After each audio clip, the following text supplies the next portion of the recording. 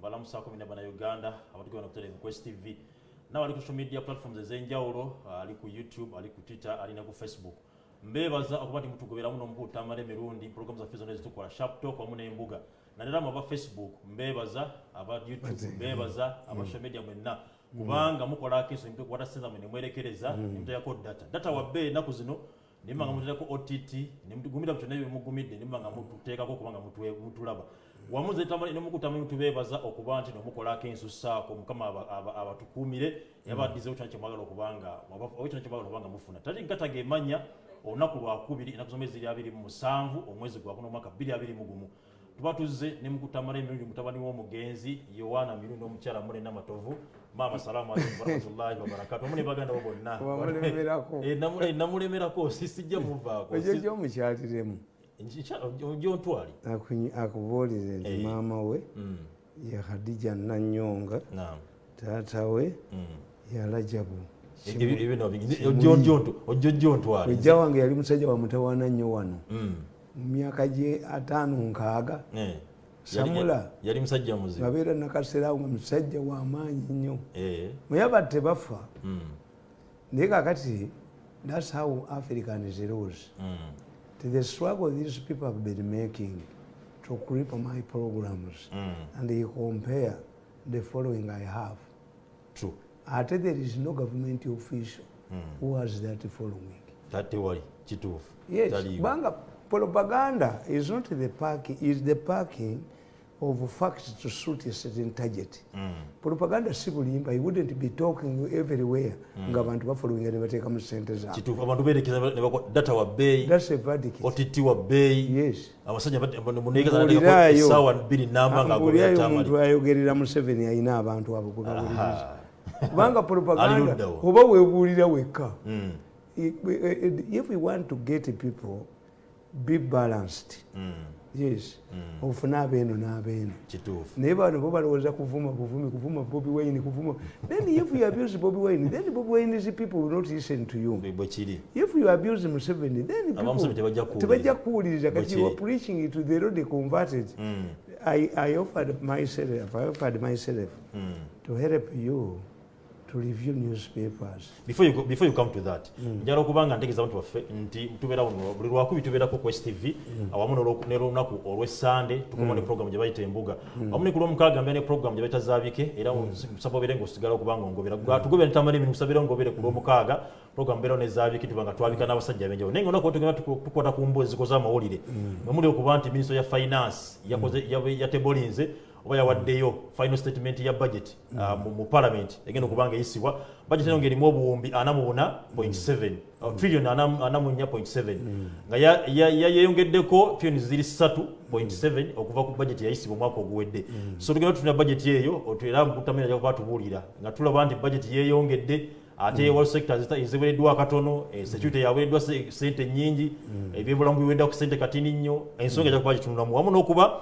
tunatunira Minister of Education ina proposal yagala okubanga ereeta ngeraga nti amasomero gonna omwaka ogujja gana okubanga sasula sente zezimu gwaina private school na jolina mwina kubanga was fee structure eri common eri eyawamu mwenange gwanga Uganda wamu n'okubanga amasomero gonna etaweza ika 5 tubeta kubanti ogula osomero tewajja kuwa license era tewajja ko tubitu wamu n'okuba nti bavudde abantu kama 13 malama ne bakwatibwa kubebegeze byakagwa bino nga baga babibye bayinengeje babitiginyizaamu mbozi nali yakoza muri okubanti no omuyimbi ono omugeredde bingi eyajja wano juzi ekoni wamuna bakulembeze bamwanga 13 bagenda ko bagurace nga bagenda kubera ku mukolo bayitiddwa okubenti babera ku mukolo ogenda okubanga baliza president Museveni ogenda okubenda kuzo mwezi nga 12 omwezi ogwa May mwezi ogw'okutaano omwaka 2020 mugumu bituyambira wange eggwanga Uganda wamuna ekyokubanti President Museveni ya promote zoba yakuziza senior officers nga 40 mwamuli n'omukyala omukono wetagala kubanga awulirako Kano Edison Nakalima ne yakuziddwa eddala yavudde ku Lieutenant Kano natuka ku Kano wamu n'okuba nti police no yavudde n'ebirango egoba abo officers baayo 553 nenga bagamba nti babagobera kuba bali banguzi banywi ba mwenge bakoze emisango batulugunya abantu tafa ku mirimu gyabwe era tukaba tubiraba mukulu Tamale agenda kwatwala mu nsonga nenga tunakwanga tutandika mukulu Tamale STV obedda tuweereza wano ensonga za Mufti Menk omusajja oyo oyinza kumwogera ko omusajja mukezi nnyo I like him Okay. Yes. Kubanga mixing religion ne social life.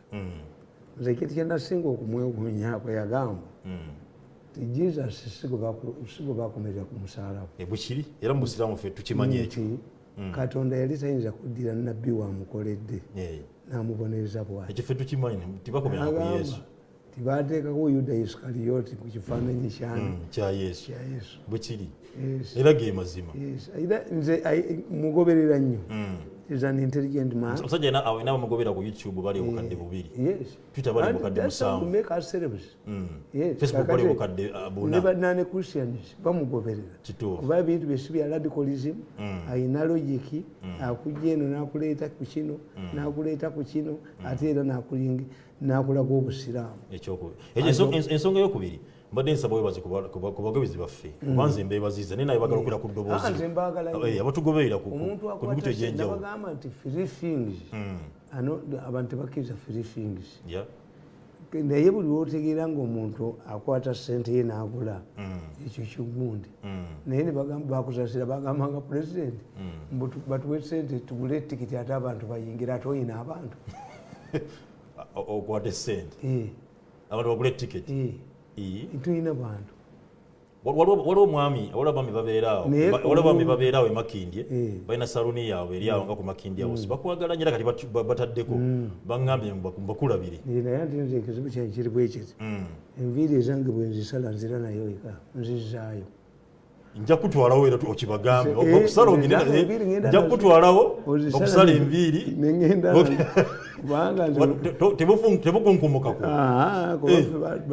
ozitega otya jjajja yatusalanga enviiri ne baziteeka mu kigogo waayi akanyonyi bwe kazimbamu ekisu ogweddalu nze enviiri nabeera e Rwanda emyezi eki akaveera kange nadda nako ak'enviiri muzeyitamu naye ngaolinga oli muzibu ate abo abasaluuni abo tebamanyi enviiri is a very big good medicine ku muliro kasi enviiri ezo zikwata nozokya evvu lyazo teriraba ku muliro yes abaana bayidde omuliro bannange basoni bababulidde nga tunabagenda mu nsonga zaffe obadde oyagala ku reviewinga balina kyoyagala ogamba mu mawulire awo monitor this is a very good story of monitor because they don't credit this is a very good story. What does Monitor want to tell us? Monitor wants who are Uganda's top money lenders? If you abuse those Europeans, you are indicating the people who matter. So the policy of attacking the donors, America and what, should change. That's why they are telling you. The range of Banga Siao was inserted there by these Europeans. Yes. Era ne bakugamba balina eno gye bakulaze mu maaso eno nga bamaze okulaga ba donors. You should respect these people. The donors. Top donors. I've not seen the Chinese. Tebalimu. Abachina. But that's a good story. Era, that's where we should look at. Because there are three fundamental issues when you did international relations. One, we cannot do without the Americans. Because once the Americans deny you access to America, all of the allies follow. Have you ever been banned by any country? Why do they ask it? You must explain. Bakuganira ekyokutambula kakati twava ban kuba America sitezanyirwako. Therefore, two, a good budget kyava mu Luyonaani eggwanika lya Kabaka mwe yateekanga ssente ensawo ye. That's where the budget originated. Mu Buganda bagiyita nkuluze ya Kabaka. These are estimates, these are what? Kakati when they tell you, as you make your budget, as you are engaged in the battle between America, it's not America alone. When they ban you cannot travel to other countries except China and Russia. zote zina buzibu anti ate tebalina kibayina ate oba nabo babateekako sanctions America bateekako sanctions hamu yawaabira banka naga banka ngisinza ssente kituufu kakati obanga banki baterina anti kakati kenkubulira nti oba America eteeka sanctions ku Russia kikiza Russia teyina era nabaga nti lokwati China is the largest trading partner with the European Union. The moment European Union, you fight with the European Union, China bagigamba wolabe. Ebe nakusizinga nayo. Yes. Akatalika akasinga kalieri. Kati Uganda egula ki ku China bagigobe mu European Union. So indirectly the European Union controls China. Kituufu. And America controls the European Union. The European Union, yeah. So kakati bakugize. So this is a good story for people to discuss as our approach the budget. Era jjo bayinsaitinze abantu naye lwakuba nti empapula zaabwe saturation levels buli munnayuganda sikuga nti buli mungu wa musolo ne bebi bamubanja akakadde kamu n'ekitundu. Omanya ekyo kyekitegeeza gwe mu nsi eziina debate nga pulezidenti agenda kulayira kinene mayike kitegeeza kinene naye mu Uganda bannayuganda omukazi kasagamba nti oye bali bamusanze n'omukazi ali namwesonyiwa. Ugandans don't matter about these things. Hapana, babesonyiwa. But this one would raise questions. Era tojja kusanga babaka ba parliament abazze nga beekubyeko mu kifuba nti twagala mmotoka za miliyoni 3. Babakise miliyoni 2 olumuzagenda okubanga afuna. Yes. Kakati ku issue y'Amerika abo nze balaba bannange aboogerera gavumenti naye nze munene nabeerera mu gavumenti. A source must be credible. Nze sayogeranga bya buntu bya busirusiru ebyo. Kakati kankubuulize, if you did international relations, the interaction of states and non-state actors in the international arena, tulina kye tuyita propaganda jargons. Abantu abasinga obungi tebazitegeera nti baateeka no fly zone ku Libya naye South Africa eryetula ku Security Council nayo yakiwagira nga yerowooza no fly zone Gaddafi bamusibako dda n'obutatwala balamazimaka era when we used to go to Libya we used to go through Tunisia. Bano Abafirika kye baategeera ku no fly zone no bwe bakugaa nti ewakaawo tojja kufumba mu mmere kitegeeza ne sefuliya bazitwala n'obwambe babutwala n'essowaani bazitwala kuba bakuganye kufumba ki anything related ku kufumba emmere ewo kiba legitimate target. They had authorized the Americans and the French to attack Gaddafi's airport. Kuba kiri related kuki kukiri omuntu gafuta kitegeera. Kakati when you see the Americans have made also another statement which many people don't understand. We shall continue working with the people of Uganda. Have they mentioned the government of Uganda? The people. What does it mean? Omukazi bwakugamba nsigaddewo lw'abaana akaboozi teba Tamale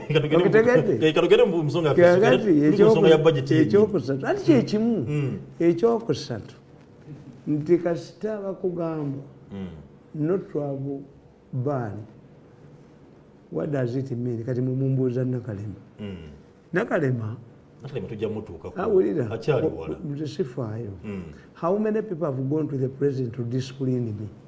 He has his own mizan. I will be the last person to criticize anybody the president has promoted. No, I didn't kubulia yayina minzani yeyiye. But what I'm telling you, we are living in a global village. And the chairman of that global village is the American President, Biden. And therefore, we have 3 jurisdictions, courts.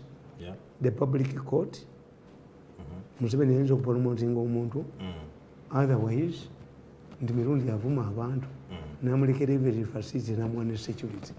yayina minzaani ye yayina ekirungi yakola kye kyakulabamu kati ne tujja tufuna the government court tiyeemanyi priorities zaayo ne bonaayogera erina priorities zaayo kakati ne tujja tufuna the international court because we are in the international community as a global village. Most of the people Museveni has promoted and indicted cannot move out of Uganda. Above promotion is in if you don't know it, you go to people like Ekutesa to interpret it for you. Go to tugenda tuka kumboze emboze najituka ko mzeta amasoko nyasoke twade ku nsonga ya budget inkubulide katugende mpola mpola minister Bahati je ambeja tebolize budget eno nga yabumbibu amna minister finance ya David Bahati maliriza Bahati mumaliriza Bahati kati jamukali Kasayijja ambamaliriza abo ambamaliriza kati jamu ya Bahati budget ngeri ya tuyo ni anamunya ezigenda okubanga budget zeekwa naye ekyennaku defense yokka inako twini ziri mukaaga. That's not important. Mzee Tamale uliriza ne babanga isi bajwadde obumbi nkaaga parliament bajwa obumbi 133 ebyobulamu wenjagala ennyo babwadde trillion emu era nga mujukira bunyi Mzee Tamale twasigninga Abuja protocol nga ensi za Africa eziri mu AU mwaka gwali gwa 2 mugumu omwezi gwali gwakuna nga ensi za Africa zonna zigamba zikanya gizina okubanga like 15% of their budget mu byobulamu ne butuna budget ya Florida egenda okubanki eyisibwa 15% egenda mu security Mzee Tamale security lwaki sende badisira ku security okusinga ku bintu ebirala byonna. You see, the government sets its priorities. Yemanyi where money is needed. Money is like a blood. It goes where it is needed. Therefore, normally what you do, a budget is no longer important. Why? Yes. About petrol stations. Walabi to a panic. They are allocating their money to steal. So once the economy is run by private sector, the government is reduced to only 3 roles: creating infrastructure, creating security, and infrastructure, security, and levying taxes. Okay. Starting with midnight, price they expect these are market forces. What is important now? Budget nti bobe bamenye priorities, because this is not an election year. An election year, we call it a silly period. In the politics, an election year, we call it a silly period. This is when the governments kneel before their voters. Yep. Yes. 2, when you critically analyze, you look at Museveni's manifesto. Does this budget reflect Museveni's manifesto? No. You see, this is the areas we look at. No, we are not peasants. Kubanga mzee yatusuubiza manifesto eddaka linakwatulira nnyo okuseeka emirimu bavubuka etunuulira mzee Tamale yatusuubiza emirimu bavubuka yagambye abantu natusuubiza ebyobulamu ebyobwereere natusuubiza okuba nti nagenda kwongera ku byobulimi kubana bagamba nti one day baatuyita mu State House ne tugenda mu imperial yaalaawo ne tusesenkana pulezidenti ayina a committee to implement his manifesto. So basajja bali awo bavuga motoka nnene. At one time somebody was probably said ebisibibeeramu kakati ne tusirikana aba planning authority. The most important institution in Uganda would be the National Planning Authority. True. Was it consulted? Did the Bahati consult it or Kasayijja? So how can you construct a house without a plan? Without a plan. Gobagambyeko nti owa National Planning Authority ne mu Uganda bamumanyi. Bano abasuma bano bamusuula ebbali. Tetalina amwogerako. Bahati n'otakwatibwa nsonyi. A man who was just away from parliament. Naye are you agitating it to remain in government, in cabinet? Gitutu amasannyalaze gakulemye. You are agitating to remain in cabinet. There's a minister who is indicted, who is facing, one who is started to charged by the International Criminal Court for organic exploitation. He's also killing on Museveni to be in the cabinet. Kakati, that's where the problem is. Your word starts with the National Planning Authority. The National Planning Authority, ekuli omusajja bamuyita muvawala ndowooza abawa problemu zikati bagala kumugjayo Bahati Kasayijja kuba buli abagaana okubba ekifo ekivaamu. Yes, kati aba National Planning Authority bye bakola biyamba eggwanga omutali bubbi. Kyobulaba Kasayijja Bahati tebaba considering. You even a prominent man like me, like you don't know even the head of the Bwechiri. Tumumanyi. Bwechiri. Bamuyita muvawala. Kakati today, if somebody smuggles 5 years, every year they make a planning authority. Naye singa bakulaga Bahati gyabijjawa. Kasayijja n'omutwe gwe ne Bahati n'obusuuti bwe babijjawa. Mu kaseera nga twakava mu mbeera ya COVID. Esooka. Where the map reading. Who is reading the map? Who should put down? Because in Abagamba, in the communist countries, it's the Politburo, the Secretariat, that sets up the objectives to be implemented. You cannot oppose the goal, but you can criticize the methodology. Okay. Kakati mu Secretariat, sije mujje ebintu. Kakati ne planning authority naye temugijjaamu bintu. Kati bintu bya Bahati de Kasayijja mitwe ejja. Igende budget yakajja mu parliament enfunda 3 nga bagigoba. Bakola ki? Nga bagigoba. Mwatu naye ne bemwatu na mu parliament some of them cannot analyze a budget. Abagenda mu parliament. Kikawe balina okugiyisa. Nga tuyine ennaku. Anti kakati bwe kibaba sali amagezi badda mu bukiiko. Batulayo bana be baaguzedda. Ne bayishisa. Nga bakiyisa. Plenary ejja kuki? Because you are very many. When you are very many, under Commonwealth rules, a member of parliament must contribute to a budgetary speech. Naye, bano tebasobola be mwatwalayo boogera ku madaala ga parliament. Bano abasajja bagezi. Batwalayo abantu be bamanyidde ddala. Ekyo takisobola. Ne babatwalayo. Segirinya analyze a budget. Many of your people cannot analyze a budget. Kati bano abasajja kibavudde batta institutions nti baddira abantu abatasobola ne babatwala mu institutions bazikulire. Kyobalaba nti mbadde nkunyonnyola nti how can judges declare that since this man withdraw his case, so court declares that Museveni is a winner. Omusango gw'omutawulidde mwaligambye nti if this man, the chief petitioner who was challenging Museveni's victory, has withdrawn his case, then the results released by the Electoral Commission are valid. So sitemulawo buwanguzi. Bateekayo abaabwe anaasiba Mirundi. Anakola ki? Omusajja ne muteeka mu Electoral Commission. Aba European Union ne bamugamba, we shall not observe elections. You don't put this ABCD n'agaana eya ego. Nga takimanyi.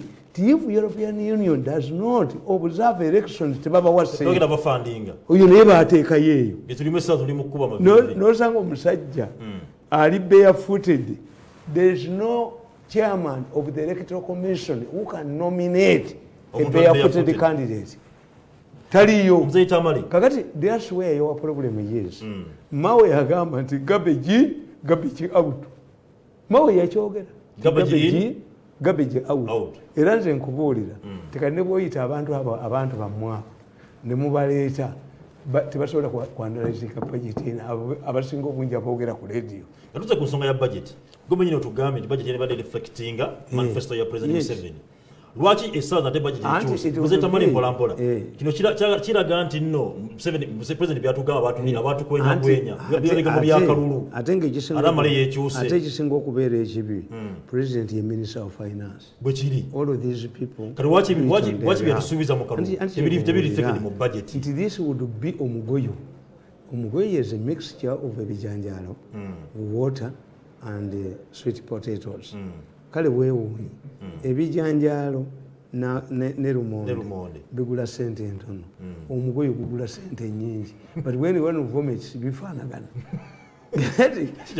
twalibadde tugamba ti the budget is omugoyo an integration of the National Planning Authority Museveni's manifesto and ibyo byali badde bikola bibiri era kyembadde nkunyonyola tube twagenda mu meeting nze I have no time era nze meeting enene tozinteekamu I'm not a meeting man nabuuza omusajja yagamba we cannot integrate Museveni's manifesto in the planning authority oyo omuvaala nga tannagendayo nemutunulya n'ayogera nempanika omukono nemugamba wasoma ku literature no is it relevant yes it is relevant a student who registers for literature registers books era when you register for literature ebitabo byewa registering obutabo bw'okolamu ebigezo ne bw'olaba biri nga birina simple questions you stick it to what you registered nemugamba nti like a student, a literature student who reads the registered books on the syllabus, you should be like these people. Why? The books that were put on the syllabus is what is contained in the Museveni's manifesto. Museveni cannot go back after 5 years and tell the people that the planning authority did not integrate what I told you. Manifestos is an annual event, is a ritual.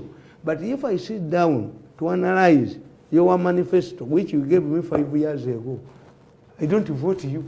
The budget should give us a roadmap to Museveni's 7 years. Is it reflected anywhere? Museveni's main points integrated, reflected in this budget? No. But we have to see ebyenjigiriza ebyobwerere byasubiza UPE ebigundi okyajulije nze bamusajja nga nze Haji Mirundi nengende wa Christian Katonda nanyamba nenengera ababaga embizi mu lusuku ajesira nawe wamanya sijja kulya however much I remain here they are cooking pork mzaita amale bajene yayisiddwa Munayuganda wa bulijjo agifunira mu anti nkubulidde jukira bulungi mzeta gwe manyini otugambye to me the guiding factor obadde otandika oyogere nolaga oyogere nolaga nti batubanja akadde kamu n'ekintu buli muntu ebbanja lya Uganda litulina ebbanja lya Uganda tulina 56 trillion okubanjibwa buliriza yetubize tubanjibwa trillions obutabalika 5 mumeka mu mukaaga gusinga ne budget jetwayisiza sente zitugenda kuzijja okubanjibwa is not bad but how have you used that money because these Europeans also benefit from their foreign aid nabo olumu bakusanga ebintu byebakuwadde biva waabo Bush yajja that's why I tell people to invite me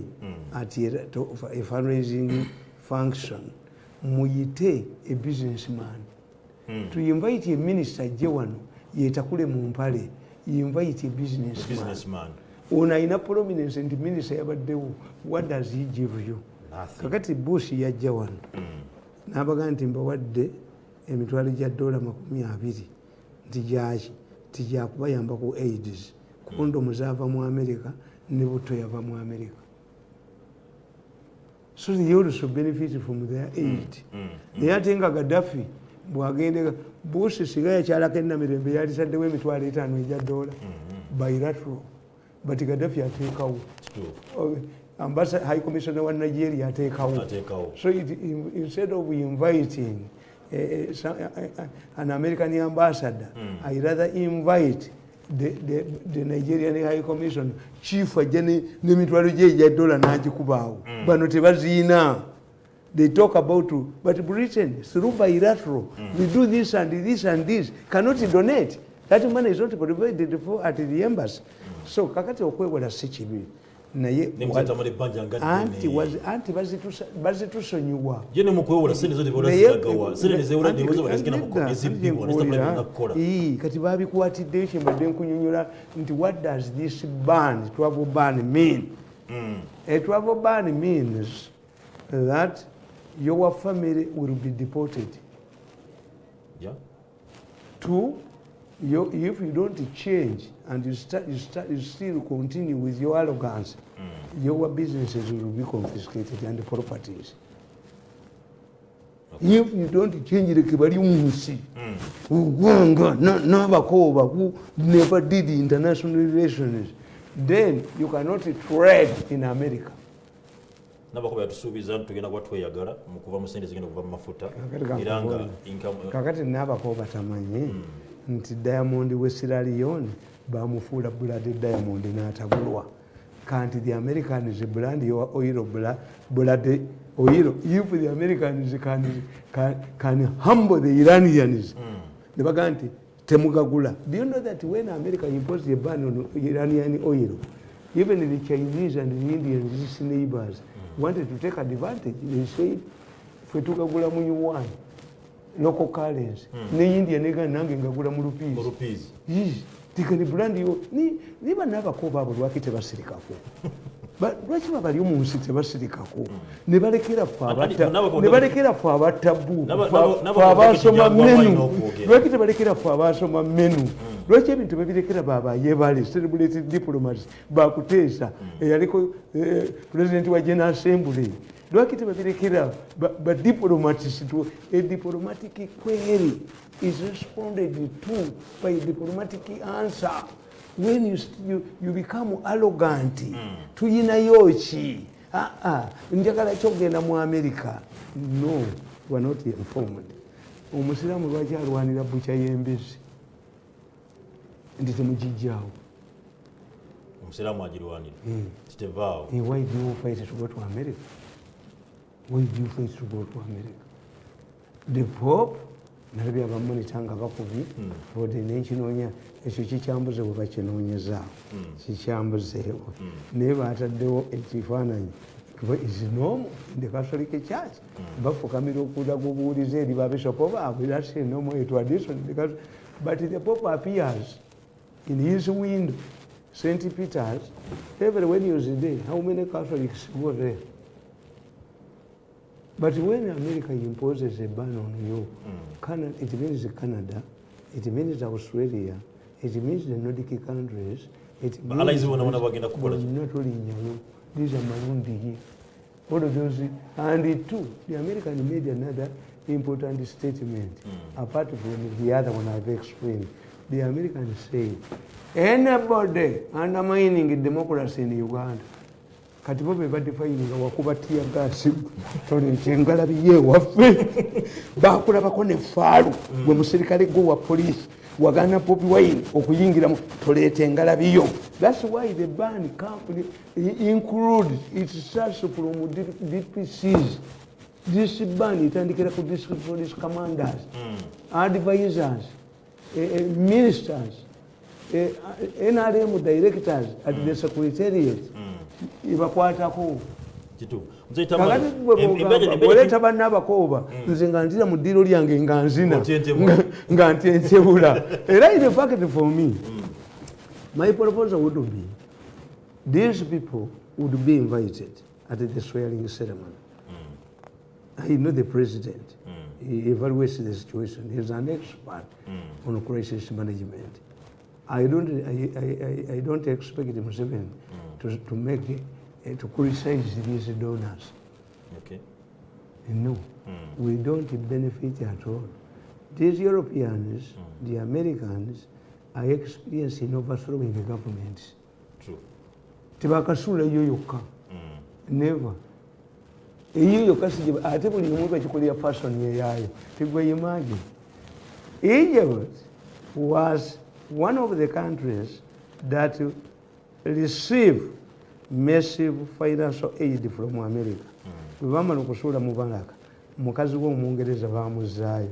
Ye bamulitya katanda nga ayasamiridde bwati. Mubaraka alayi waabwe mu region eyasuula Bashir mwana musisi wa chapati muwala in an Arab country a woman tulale yakunga abantu nze tameka tuva ku nsonga ya budget bwekibanga oyogedde ku nsonga ekuba nti bani sanctions weziri tulabanga ne baminisita bavuddeyo bangi okuba nti baddamu okuba nti boogeraganya n'abazungu basobole okuba nti nno basobole okuba nti batuddiza obuyambi ensonga omunnayuganda mwennyamivu okuba nti nno budget weeri nnene nnyo naye nga source of funding eya budget nesegenda okuba nti esinga era kuva ku musolo ogwa munnayuganda okuba nti omusolo guva munnayuganda minisita yavuddeyo n'alaga nti nno omusolo gwatekuza gwaviiddewo ne bakwongera ku mafuta ne ku ŋŋano awo babakwatidde ddala why babakwatidde ddala what these people have started your finances for a long time bamanyi kyosobola okukola nekyotasobola kukola once they cut their aid and you overburden your population will resist. But when the population is overburdened, what will happen? These people cannot practice financial prudence. Nakatiba chaba.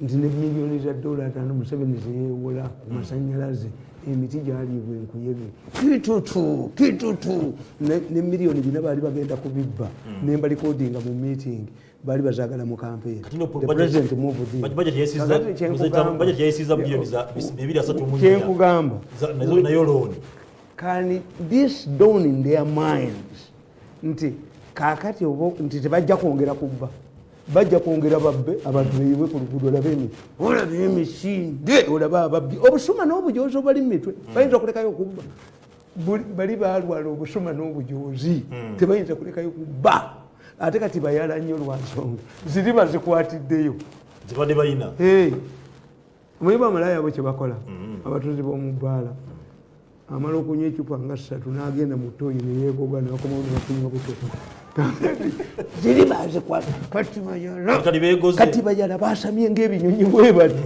balinda akafulumawo wonna bakayoolewo ne batamanya nti nabagambye abo bannaabakooba abo abavuma America. What if today the Americans release the list of 32 Ugandans who have been arraigned before the International Criminal Court for extracting and selling organisms? Muita mu Kampala mu abo bayita mu Kampala anti batula mu Serena bali abasajja abazungu bagezi babalwalinga into trap. They give their evidence on Zoom. Baba gamba agaloya gabo gaba basente $1 million yaga asatu ne kwa account mujja gene mu kamera nayenze what I know. These people in 3 weeks they are going to go back. Okay. They don't know what these Europeans have, the evidence they have against them, because the Chinese were arrested. 2 Chinese are in this group.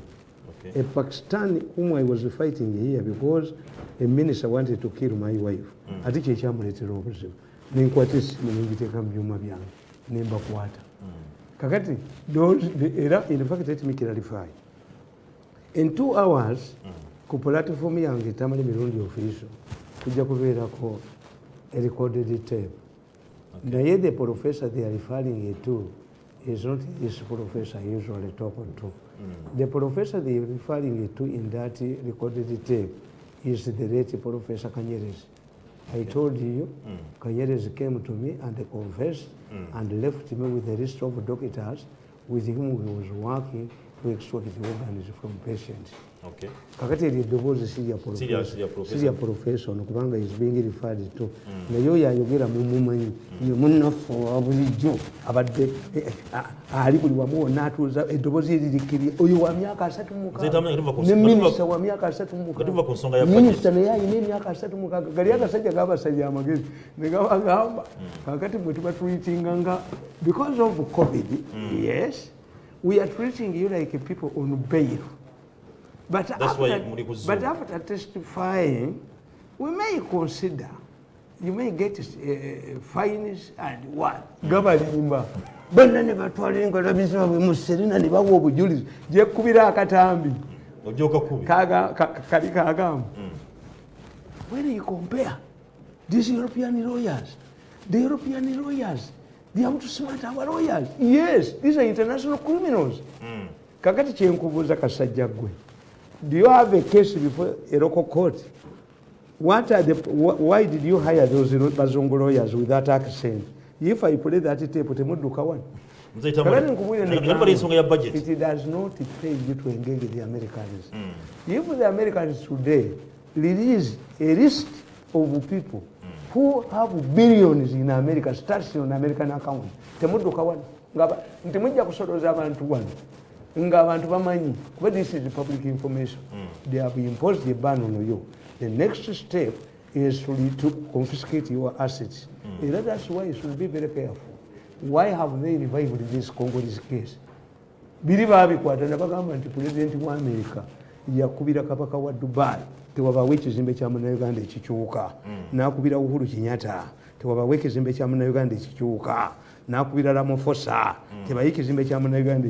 Omanyi ne Kenya wanti bayingira nga wababbye n'okulosinga ebusi y'obawema tebayinza kugoberera. Mzee Tamale, you cannot overburden Uganda. Abantu nze Kasayijja sibanenya. Omukulu David Bahati yalese proposal yali yayisiddwa ya bilioni 234 zageze mu UDB. Naye nawe proposal endala yalese proposal endala ya trillioni emu gamba nti Ministry ya Finance yalese proposal ya trillioni emu Bahati trillioni emu n'obukadde 6 basudde eggwanga naye nga bagamba ssente ezo Kasayijja ne Bahati bapracticing bwatu kono vodo economics. So please Mali Kasayijja and Bahati are experts on vodo economics. And they are out of touch with the population. Let me tell you. So okay, tusende zibagala trillioni emu n'obukadde 6 za kulipearinga lugali ya lugudo lwa gali ya mukka na kusimba miti tune mno bukadde lukaga isente ze basaba loan je baagala okuba nti government nayo ejiriye. Let me tell you, abo abasajja bali out of touch with the population. Why? Nti buli kintu kyonna bakikolera mu bubbi sikuyamba ggwanga lyabo. And because they are out of touch with the population, nabaga ntulina kye tuyita open indicators. Myamuke ndabolinga mbeera mu bagagga ne mbeera ne muki ne mu baavu.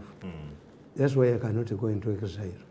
You'll find me ewaffe kalagala nga ntudde n'abantu waliwo wano gye mbeera omusajja baava e Namasaba nga basibye obukadde aga Mirundi cannot be outside at this time nga tewali barracks eyaawa.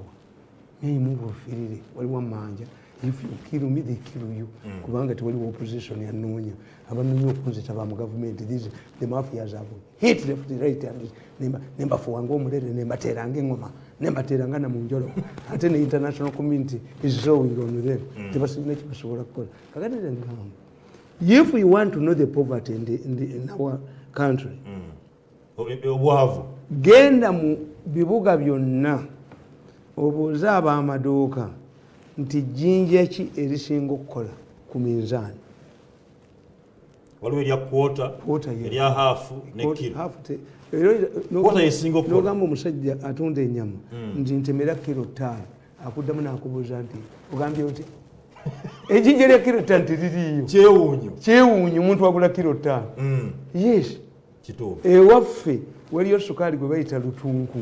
Lutunku kitegeeza nti lyeddagala lya nanyonga ery'omukyalo. Nanyonga yagabanga kajiiko.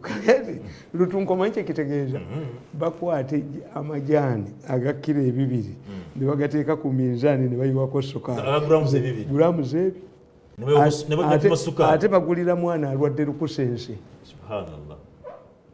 These are open indicators. Enako nga buveera obusinga okutunda obwa black parking kana akati n'emyaka 10 abuli basinga Bahati oyo Bahati n'obukooti abimanyi ebyo alivinga mu bantu bali ku blue whisky That's why nti eggwanga can explode omulundi kumune badduka. The moment you bano ababaka ba parliament, they also out of touch with the population. How many go back? Bagula emyaka etano tebaliyo. That's why I tell them nti I'm not an assistant to your MP.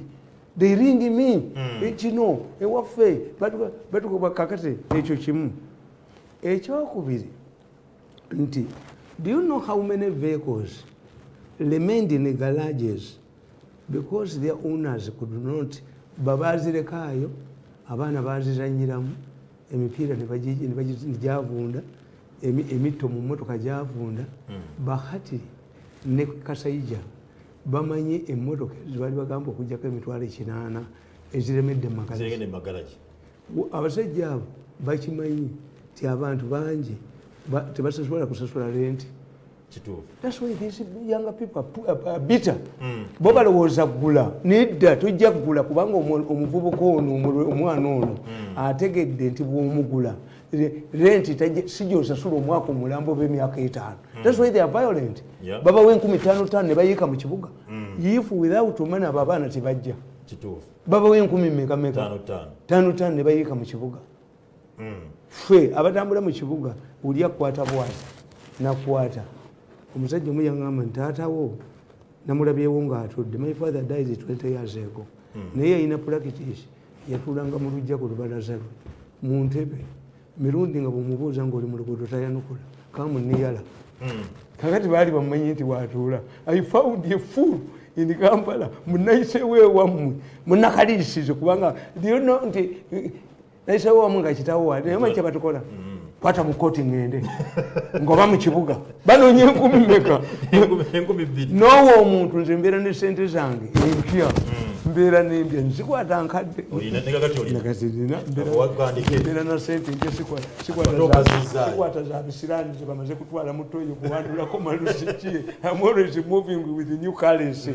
Manya nti ne bwe babanga banzibye enamba zazo zimanyi ngenda kudduka ne mbagamba ajja okugula wano nga yina enamba eno n'eno bazipye wange.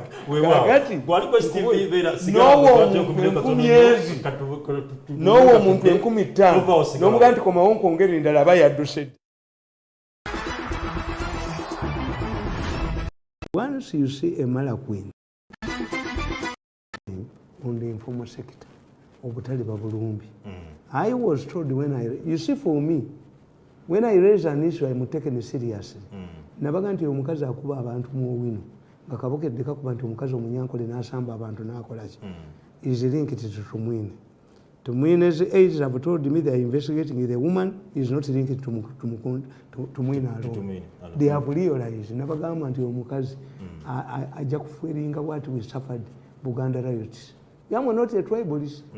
Eyayamba mu gundi mama wange okuyita president mu meeting omwana bamuyita Kankunda. She even rang me to check on how my mother is. I'm not a tribalist myself.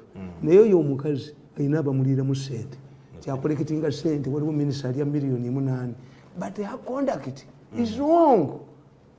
Her conduct tokuba bantu omukazi omunyankole omukazi why don't you say why doesn't Bukede say nti omukazi omusuubuzi? Why do you say to the population? Yes. Ekyokubiri nti abaganda baga twekisizaakira tunaamumma naye buli lwe balaba petrol station eguddewo batunula munda baani abalimu. Buli lwe balaba ekizimbe ekitutumuse mu covid mu nzige kiba kyani ekitayimirira. Kakati anga eno gye mulaba pulezidenti anga gyalaba ku baganda erimu these people have extended their stinking wells to the suburbs and inside the villages. Poloti yani yagiguze, poloti nani yagiguze, poloti nani yagiguze. Abaganda bagamba gwe babbako omuzigo. A person who lost cosmetics, every woman he sees with a beautiful face is a culprit. Kakati nogyonanga nti amawulire gammwe auditor general byafulumya ebiraga corruption babikuba. Diana n'agenda mu parliament n'abawuliramu 10 billion nazigulamu ebinyeebwa. National interest nga n'abasawo babanja nga nabana ababakolera ku kalulu babanja nga n'abakola simanyi abapolisaani babanja. Where does this money go? If you don't have money to pay to people, why do you recruit them? Ate n'okubawa emirimu bamala badde balyako ssente. Nabagamba jjo nti one of the reports which these Europeans were busy have, they carried out a research in Manchester City, and most of the buildings owned by Ugandans belong to senior police officers. In Manchester? In Manchester.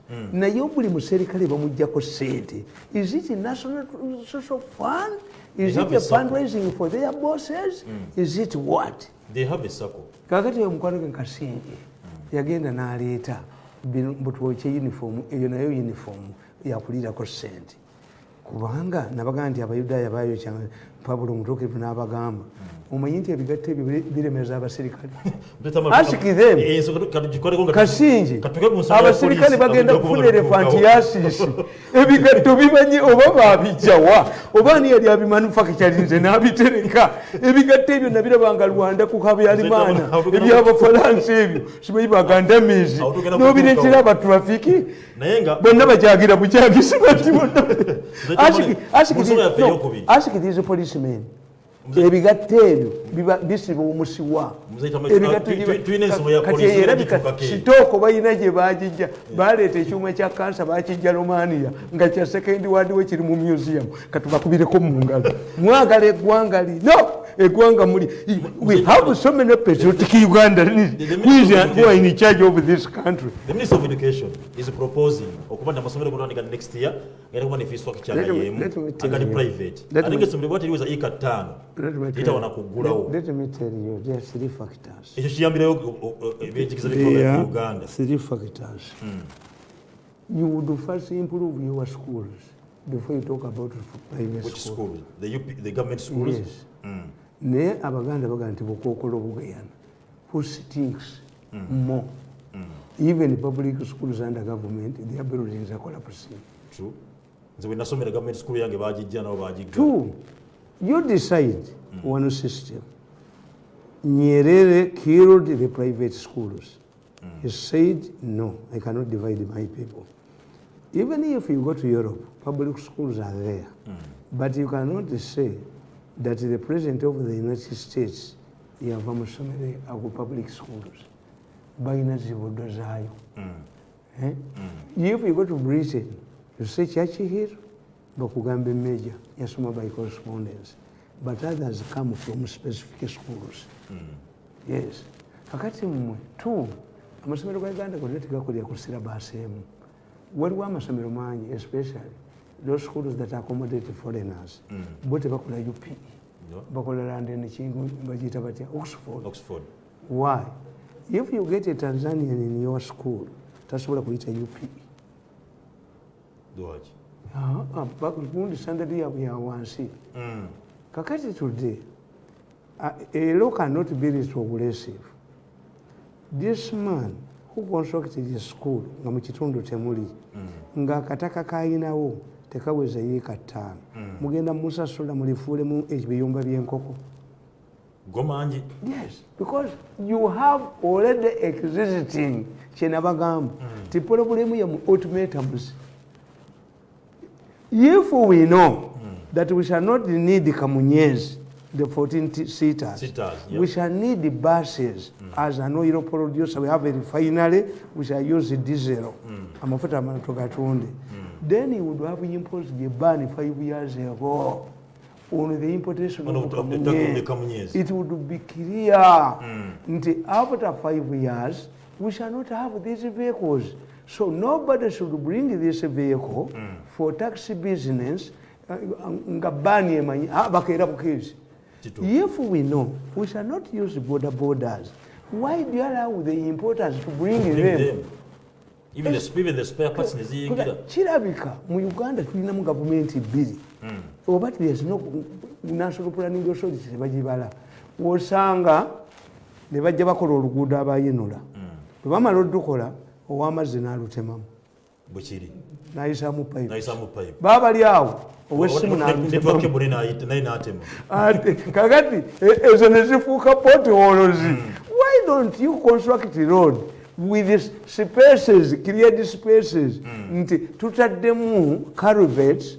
Anybody who wants to use an underground gundi, ekyokola nti omugisha omusajja wa water mugisha mwebazaako ebintu ebyo yagoba kolera mu Uganda mu rain season singa ekyakubya yiga yali meya wa Kampala kolera enkuba yatonya kolera taliiwo we drink piped water era bali bagala omulwanyisa nti amazzi gali contaminated. I came up and defended him.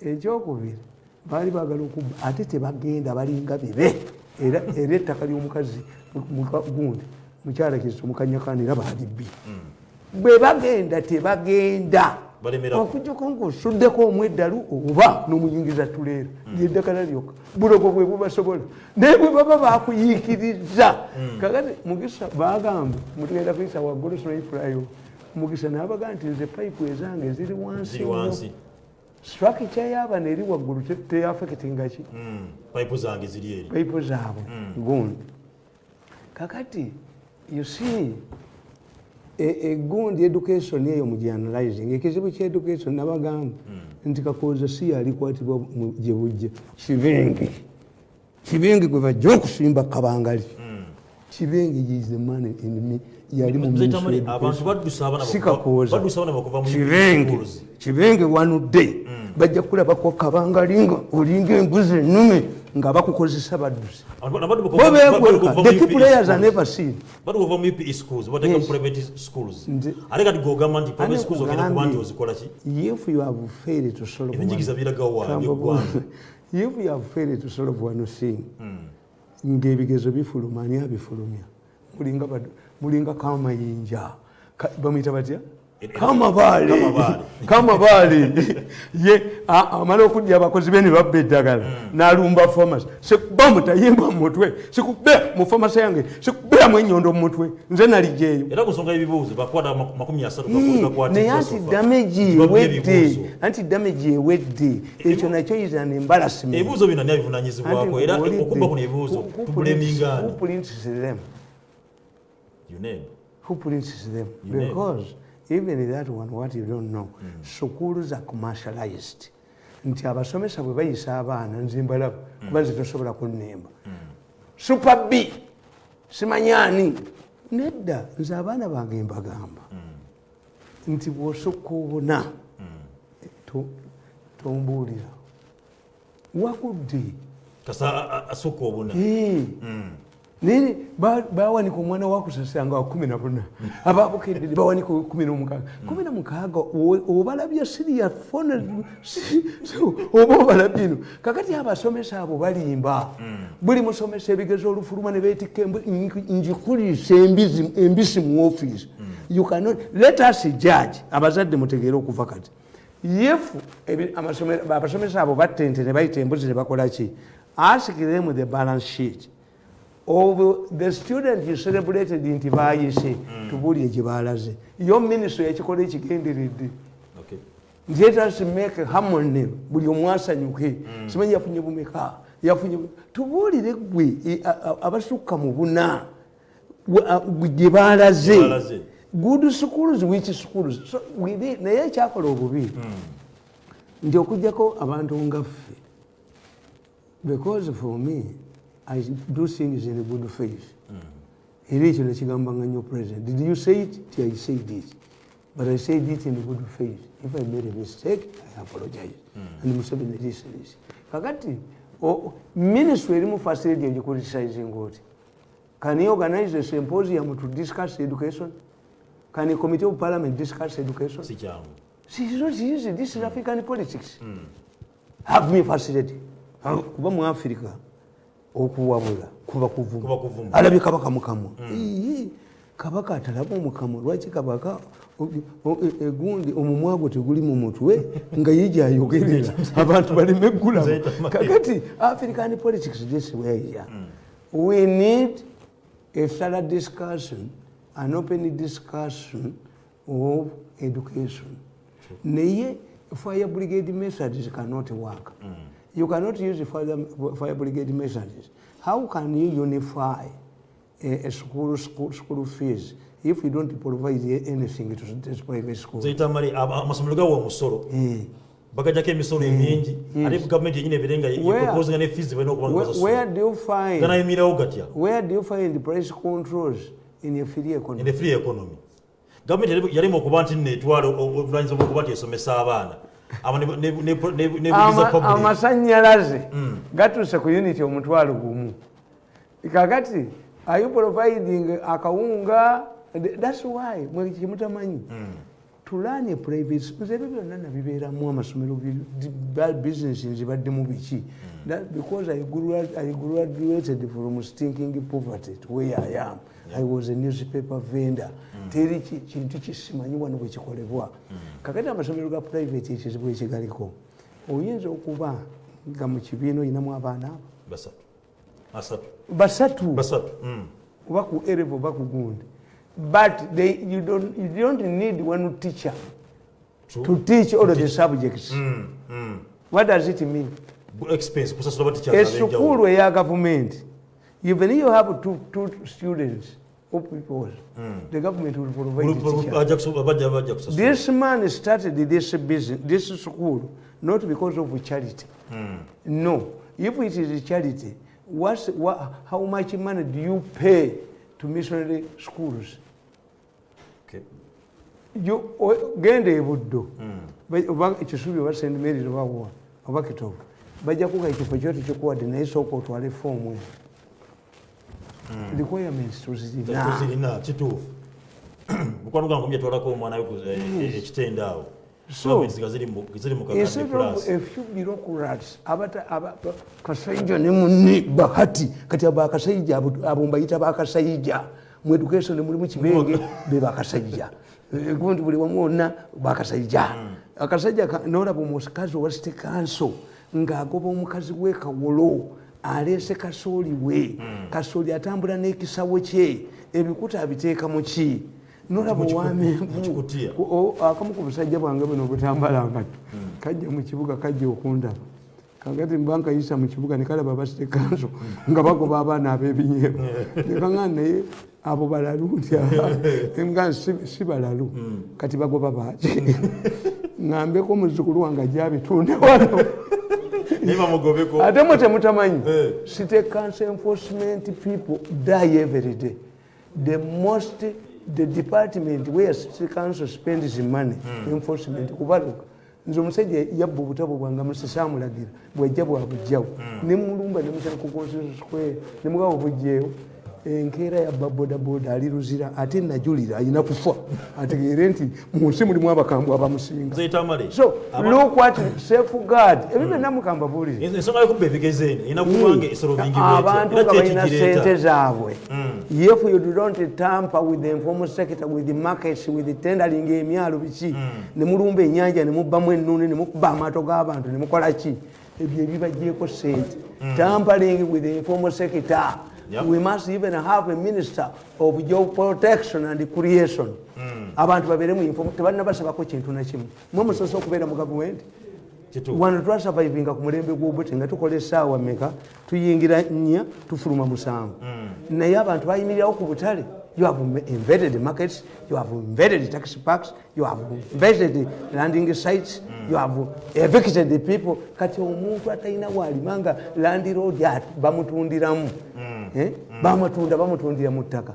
Government, all of these things you are doing, CBP, in 1928, Busoga produced more cotton than Uganda. 1928? Yes. The governor asked his aides, how can this Busoga, who was stubborn, produce more cotton than the Baganda? Abatambulanga wheelbarrow. Ng'ekyana kyatulera.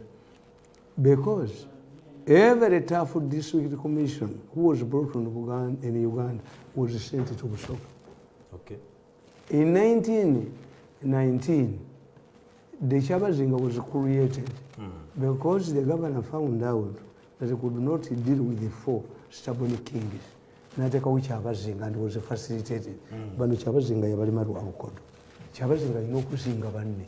alina okuba ne scholarship zinayi mukyabazinga idea gye yaleese kudduka misinde abasoga bameka bagenda mu olympics kyabazinga tumukubireko mu ngalo kagade nkugamba nti these issues tezisobola kusolvingibwa bakasayija bagundi.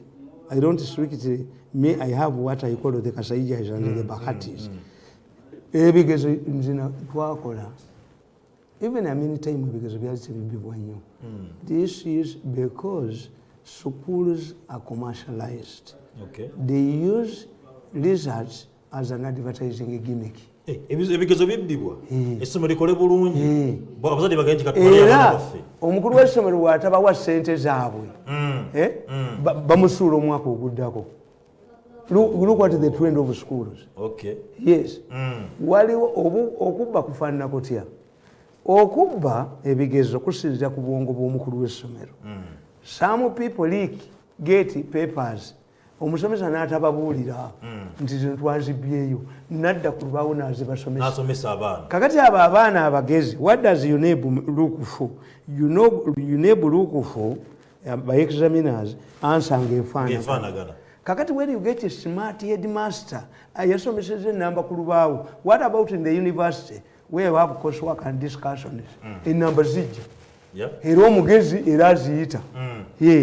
Kakati oyo ali omu kati ne wabaawo ate agula bano abazze okubainvigilators n'abagula bakuppe abo babakwata kubanga babakolera. Kaka era bwe babanga baguze bainvigilators abo bateeka omuntu zino emmotoka zaaba ne zijja zirawuna ziri ku mobile zibuulira bano ate kuba interactive trade.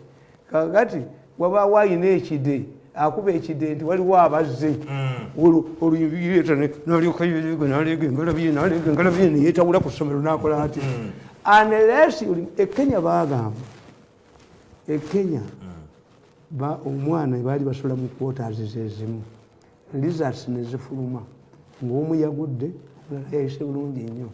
The organizer party for the other one, this one hanged him herself. Eyagudde yalaba nga attention yonna eri kweri. There was a proposal nti results zireme kulangirirwa. Ekyokubiri ab'ekenya kye balina era kati results zalaze public schools zakoze bulungi.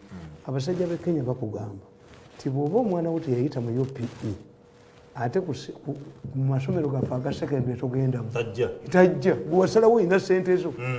Naye kakati nze ŋŋamba omwana ayitidde mu kasomero akabi n'afuna first grade ate n'omutwala mu ddungi eryamugaana luli ku senior 4 lyamugaana limutwala ku A-level.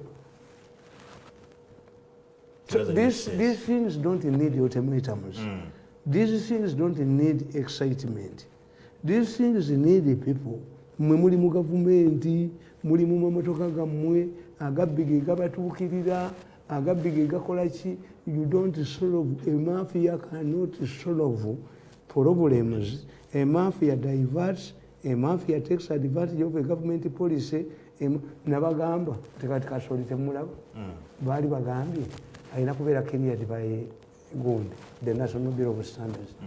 I asked you, if the National Bureau of Standards was not considered as a serious item during COVID where you had to give money, to give people food, before the National Bureau of Standards comes in, mujiwadde machine empya, will the schools and other institutions wait? Baali basazeewo amaduuka agaabwe gokka era bajja galistinga. If you want to buy gundi ogenda mu supermarket gundi because they don't operate on business acumenship. Bw'oyagala egundi ennyanja ogiwamba n'okuba abantu amasasi n'obakuba amasasi n'obajjamu ennuuni lwaki gwe mukasa nedda muserikale gwe ate family y'omuwova bagimanyi. The man was being terrorizing the wreck. Family y'omuwova bagimanyi ne muganda bagimanyi abavubi bakulinze bulinze kukwate ng'ekyennyanja kivudde mu nnyanja ennyanja gwe mukasa habba ennuuni obba ennuuni y'abantu gwe mukasa. President n'agenda ku myalo egyo n'agenda ng'abuuza abantu tabeera shocked ba widows ne ba orphans be battidde mu baba baabwe be battidde mu nnyanja ab'amagye abakazi be bakwanye ku baba be bakwanye olw'okuba baba baabwe tebakyasobola kugenda mu nnyanja. Museveni alina ne support y'amaanyi nnyo abaganda baga nti ennyanja tejjula singa Museveni yali talina support singa yagwadde kuba effort yonna yonna gye bakola ya busuma ya bujozi naye nga tebamanyi tihaze bearing on this. Bannayuganda tebaagalako byabwereere. President Museveni ennaku z'omwezi nga 12 omwezi ogwokutaano kyakasiddwa nti agenda kuba gatuliza president omupya era nga omukolo ogenda kuba gubeerako abantu ab'enjawulo era nga president abantu abayitiddwa ku bamu ku bakungu abayitiddwa okuba nibo beera ku mukolo ogwo genda kuba president Uhuru Kenyatta ow'e Kenya, omukyala Samia Suluhu ow'e Tanzania, omwami Ramaphosa okuva president w'e South Africa, Salva Kiir okuva ne Southern Sudan, Paul Kagame ow'e Rwanda, Tshisekedi okuva e Congo, omukulu Theodore Obiaga okuva Equatorial Guinea, omukulu Mnangagwa ow'e Zimbabwe wamu n'omwami Edgar Lungu okuva e Zambia bagenda babeerawo ku mukolo okuba nti no babeera President Museveni alayira wamu n'omwami Ekon omuyimbi agenda kuba nti abeerawo omukulu obadde ogerawo neno tulaze nti nno oba oyita abantu ku mikolo abali concern abantu bano abayitiddwa obadde bagenda babeera ku mukolo guno balina mugaso ki tubafunamu ki African tradition, African solidarity, we are members. Abantu we bakulabira ne bagamba nti kasita mufe wammwe n'otalaba muwalawo ng'azze ne mulamu we omuwerekerako obufumbo bufu. Yes, abaganda bagamba nti obuku bunaafa bulabira ku ssonsa ku mukono gwa mbuzi, essonsa tuliyita mukono gwa mbuzi. Tushitwali bano ba-allies ba president ba-allies be balina balina okujja naye nze kye mbabuuza nti if I have a family ya Mirundi nga I hosted the Kabaka, I hosted the President Museveni, I hosted the Cardinal, I hosted the Archbishop, I hosted the Mufti, I hosted the Speaker of Parliament. Kakande kituko ekiseera ng'abaana bange ku kyalo tebakyabakkiriza kutambula. Do I abuse these people? Over it is so searching into my family. We hosted two American presidents. We hosted the Queen. We hosted the two popes. The second, we hosted the Indian Prime Minister. We hosted, I think, the Korean president came here. North Korean president. We had the Pakistani president here. We had the Park, Ali Mukomerakati, where Pakistan, South Korea. South Korea. Do I know what Israeli on? Yes. Netanyahu. Kakati, let us review what has gone wrong in our family. We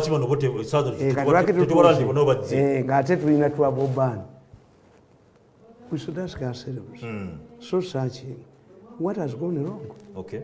Yes, what has gone wrong? Something has gone wrong. Kubanga nze mbagamba ti abantu abo beetaaga orientation. You cannot nominate a barefooted candidate. You cannot beat a candidate in front of the electoral commission. No. You cannot pour tear gas mulale nga tonyenyodde bantu nti this is an illegal rally. Kubanga n'anayogera enanga yakwogera eby'obusiru bingi tacha mu busiraamu omutamiivu n'omusiriki tebamuggyako kakati hadisi kakati enanga oyo musiriki mutamiivu mu kwogera mu communication. Some of the communicators bashiriki batamiivu mu ddiini y'obusiraamu. Yes, a source must be credible. Kakati bw'olimba ekiyitidde nti nanta batumukwate ng'ate mu mwennyini enanga yavaayo n'aga nti badde baagala kutta nantaba enkya ne kikyuka ate mukwate nantaba nga ne Kabangali teyagenderako.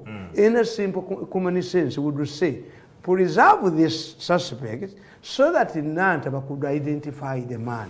You kill a suspect on a police Kabangali in front of the villagers and you turn your stupidity to nantaba. You've lost. If you talk of abaganda tubuuza ani abika. Era nalwadde nkuleetedde akatabo kano olina eddakiika mmeka? Tukyalina budakiika. Tukyalina budakiika nga abiri. Kakola. Akatabo kano nakawandiika bagamba nga President Mbumbu wandiikira wano. Thursday, March 2020 at my residence at Zana, completed at 4:30 p.m. Yes. Akatabo kano kagamba why Museveni can't understand mafia. Tasobola bategeera. Okay. Era eggwanga kakati gwe weebuuze nti how can the newspapers in Uganda, the media fail to cover a trial, an ICC international criminal case trial that is being conducted in Kampala at Serena. Baba was saying, even religious leaders cannot mention it. Religious leaders, Diana Alessi one, I change in some related indication is Ghana. This is where the problem is. Kagana bagamba nti a problem bano gye bayina yaliyo mu Baloma nabagamba nti why Museveni can't understand the mafia. Once upon a time there lived only one Shikobula in the entire city of Rome. As the economic dynamics dictate, a pure monopolist enjoys a lot of privileges while he remains the sole provider of a service. This Kobula enjoyed immense influence and respect and was actually revered. Like other celebrities, he lacked discipline and often engaged in wrangles, fighting in bars and snatching other men's spouses because of his unique services in town. During one of his regular brawls, he killed a fellow patron and was arraigned before court. During his absence from the city, those with the need of his services suffered, and nobody took advantage of it, making him even more important. The day he was going to be sentenced, the courtroom was filled to capacity, and others followed the proceedings from outside. Before passing the verdict, the judge perused through the evidence, incriminating the Kobula beyond reasonable doubt. It was clear that he was going to lose the case. The judge, however, asked the Kobula to tell the court in mitigation why he could not be penalized in accordance to the laws of Rome. The Roman tradition was that once convicted, he would pay by his own life, death sentence. It was at this juncture that a man inside the courtroom stood up to raise an issue. I quote him, "I have something important to tell you, my lord," he said. The judge allowed him to proceed. I quote him again. "As you know, this is the only Kobula in this city. His demise will mean that we shall lose his services forever. All of us here know that if he dies, we shall suffer." The judge asked him what the court ought to do, given the crystal evidence against the Kobula and in the face of the Roman tradition that had to be maintained. The man stood up again and clarified that although the Roman justice required the convict to be killed, it did not mean that the killer himself would die. This meant that what was needed was to kill a person to satisfy the spirit of the dead. Therefore, under this arrangement, the Kobula could be saved by killing another person in order to satisfy the spirit of the one he had killed. The question was raised as to who would be killed instead of the Kobula. The man argued that since there were many medical doctors in Rome, one of them, whether innocent, although innocent, be killed in order to save the city's only Kobula. The suggestion was taken unanimously, and one of the medical doctors was killed to save the Kobula who had actually committed the murder, in my earlier submission. Unlike past religious leaders who were more interested in holistic missions, the current crop of religious leaders is man-oriented. Some of them are involved in the criminal activities like land evictions. This is how they have forged a strong bond with the mafia gang. Since the mafia gang is very close to the president and religious leaders outcompete each other in stealing money from the president, it also created a strong bond between the two. The mafia gang can easily facilitate the religious leaders or any other person access to the president. This is so because in the attempt to succeed Museveni, the mafia gang needed the backing and support of religious leaders. Religious leaders who are expected to protect the public interest, just like past leaders, have joined the mafia gang. In case of Kakati Nkubuli and Negama, Ntibata, Kobula yatta omuntu. Ne bagamba nti Kobula bwemumutani anaakola engatto. Kakati ne bagamba muteyo innocent dokita kuba bo bangi. Kakati bano oyo side director akolo ye principal gyakolerako. Bwe wabaawo ababbye ssente z'ekatosi akwata byandaala. After 5 years byandaala ne bamufoundinga innocent. Naye nga kuba omulimu gugenze. Bwe babba egundi balumba Bank of Uganda ne bebba bokka bagoba omusajja omunyampi malinga nokulima ne yebamba nga emigugu gyambiri na Mandela bayola malinga nabana abanyampa ababiri nze kadi katugwako abakukuba nabakidwa kuba nti bajja kubera ku mukolo president alayira bagata kikugwanga kagata kankobolire I read and laugh about that Ziwa ranch. I wrote a book 15 years ago about that ranch. Simple, very simple. Captain Roy imported those white rhinos himself and established that sanctuary there on his own money. There's no problem with the land. There's no problem with the safety of those rhinos. The Chinese criminals who wanted to take the horns of those white rhinos are conniving as well with authority and other mafias. Because the Chinese criminals know that if you are free to sell a rhino or ivory from a dead animal, if it dies of disease or old age. The purpose of removing the white rhinos to the national park by Musimbuzi is influenced by the Chinese criminals. Challenge me, I play the tapes. Obulina.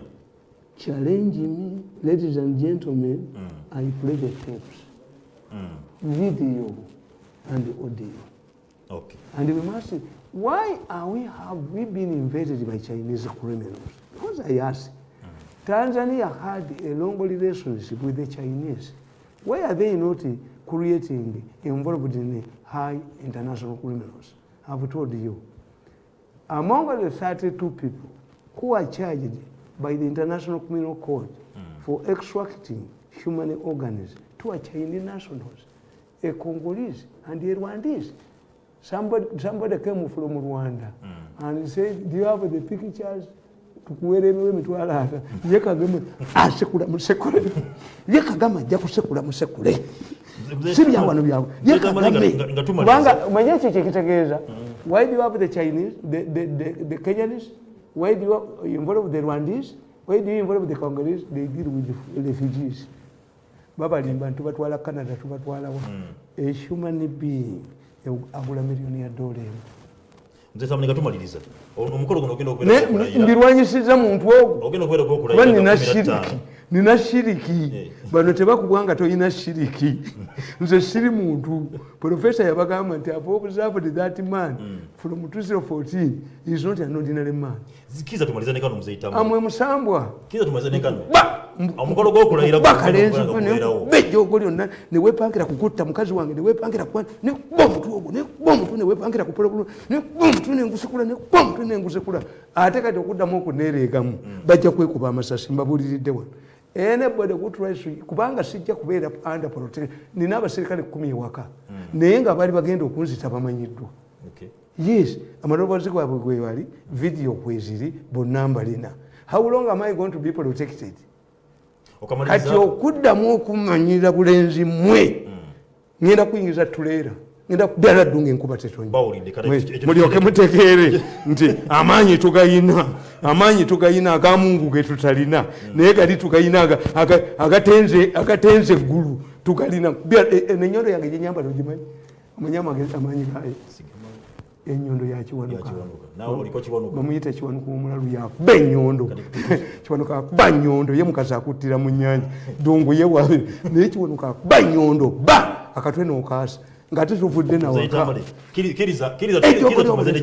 ekyogoli obulenzi buno ekyogoli nno nolibufuumuulamu kati buli wankosamu tudde buti. Why do you bother him? Mwali muntakula yaliramu. Did you consult him before you came to attack me? Uncle Sam yabagamba to prevent my money. Why do you pay this man? Yes, instead of paying me, the Baganda have a proverb: a stubborn man exposes his nakedness twice. Bagatula bulungi wesiri nti atenezia ntia kakati. Instead of paying me the 5 billion you confiscated, you stopped me from coming to me.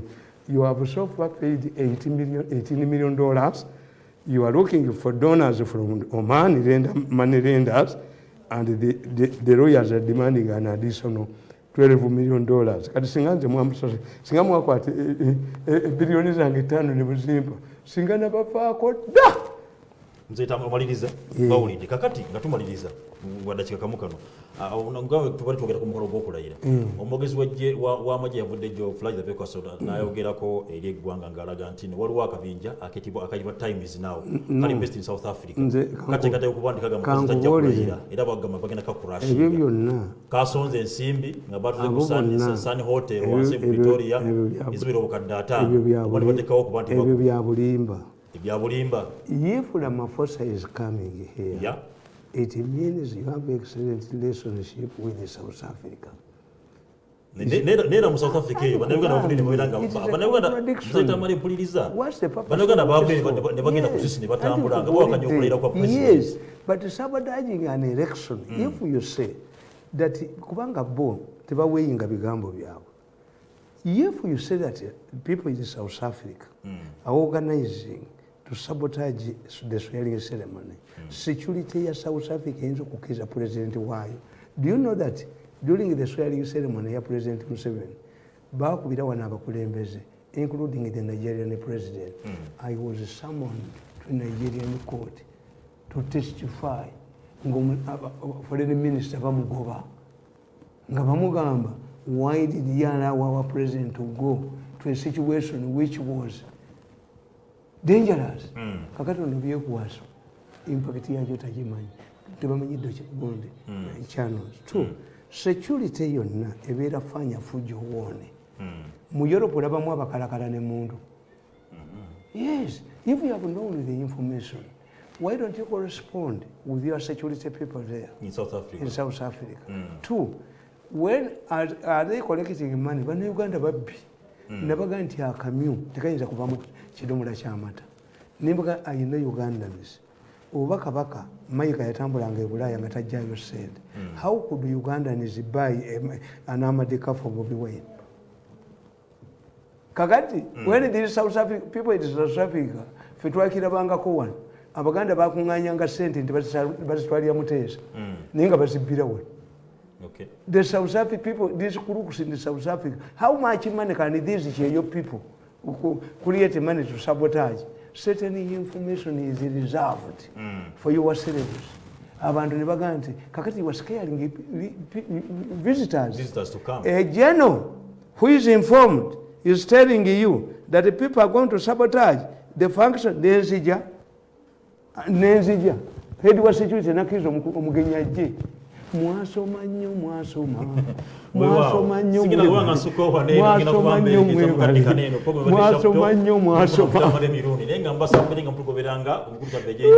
what will you reserve for yourselves?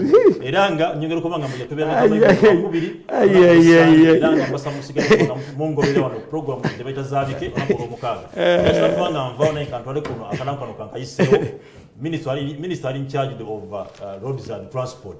Oluguru lugende waffe eruzira mutongo binaawo bannayo oluguru ova ku Meat Packers paka eriyo nanga wali kutwayitanga ku coffee oluguru lujjudde ebinnya ate ekyennaku kolansi gwe bakolamu tebamusala bayiwa mu ttaka okuziba ebinnya olukolebweko budget yayisiddwa egenda mu Yesu naye yenguudo zo ziri luddawo basobola tubeerenga tukola ku nsonga eyo ebeerenga nja kutwalira General Katumba amala akatabo kange Yesu sikola nguudo enguudo teziba na drainage. Okay. N'ogamba omugga ng'omugga ogwo gubadde gubimba bwe gujja ne mugamba tegulina kaliveti gw'omugga gwennyini gukulaga baguyisira amazzi unless water is blocked. Naye n'ogamba nti omugga you don't raise it temuraisinga ne gafuladinga ne gajja bwe bino bakolaga dibenga libaddemu bakole.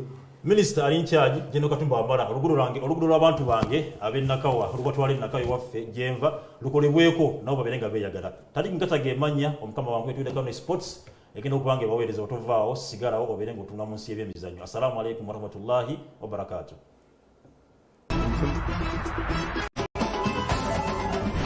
Assalamu alaikum warahmatullahi wabarakatuh. Mbalamusaako mina bana Uganda abatukibona ku Quest TV na wali ku social media platforms ez'enjawulo ali ku YouTube, ali ku Twitter, ali na ku Facebook. Mbebaza okuba nti mutugobera muno mpu Tamale Mirundi program zaffe zonna ezitukola Sharp Talk wamu n'embuga naddala mu ba Facebook mbebaza aba YouTube mbebaza aba social media mwenna kubanga mukola keso mpyo kwata senza mwe nemwerekereza mtayako data wabbe naku zino nimanga muteko OTT nimugumira mutone mugumidde nimanga mututeekako kubanga mutulaba wamuze Tamale nemukutamu mutubebaza okuba nti nomukola kenso saako mukama abatukumire yabadize uchanche mwagalo kubanga mufuna tati nkata gemanya